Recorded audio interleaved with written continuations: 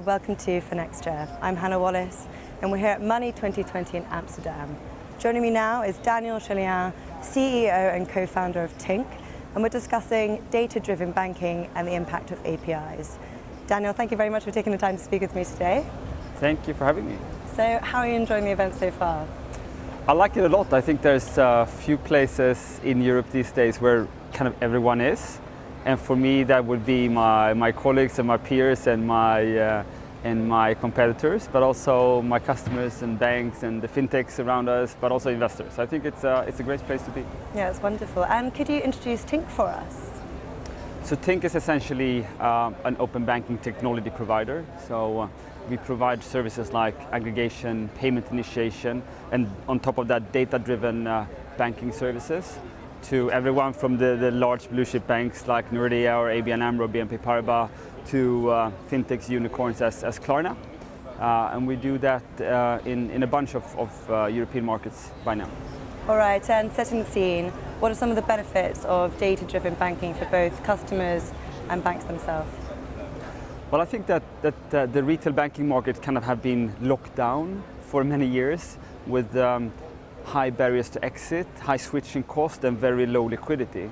So I feel that banks that have been trying to build really great products at great prices, they haven't got the number of customers that they deserve. So everyone has kind of moved back to a universal offering for everyone, and I think that has been unfair, basically. And I think the reason for it has been a few very practical semi-monopolies that banks and traditional financial institutions have had. One would be the monopoly on viewing people's finances. The second one, transferring money. And I think on top of that, when you have those two, you kind of get a monopoly on advisory, and distribution has been traditionally through branch networks hard to compete with. And all of a sudden with PSD2 and digitalization, all of those monopolies are breaking up, and we're going to see increased competition, but we're also going to see that to come from more liquidity essentially in this market. All right, and you mentioned increased competition. Where are you seeing this most as APIs open up, and how is it increasing? Well, I think that this is a unique opportunity where we see that new technology is kind of unlocking this market. And historically, everyone had kind of the same customer base, whether you had good prices or good products. And I think that is going to dramatically change. So competition is going to increase, liquidity is going to increase, and it's going to be more of a winner takes it all.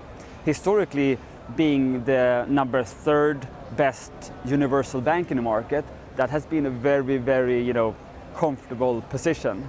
And I think it won't be anymore, because you need to kind of pick your niche or the segment that you want to win, and you need to win it. Whether that be like the cheap Charlie of banks or the Gucci and Apple of banks, I don't think it matters. Or the pipes, for that sake, people talk about that a lot. But I think you need to win it. But I think also for the one winning, it's going to be like the opportunity of the century. And finally, what will open APIs mean for retail banks, and what do you think some of the opportunities are there? Well, I think that they need to be more specialized, essentially. I think that they need to pick the segment that they want to win and go for it.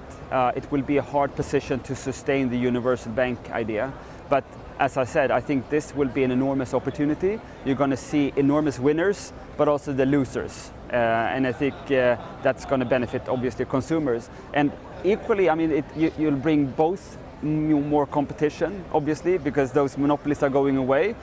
So it's obviously also a threat, because you have newcomers, you have the fintechs coming into this market. But I think equally threat as opportunity for the existing incumbents. Certainly a space to be looking out for. Daniel, this has been great. Thank you very much. Thank you. And thank you for watching.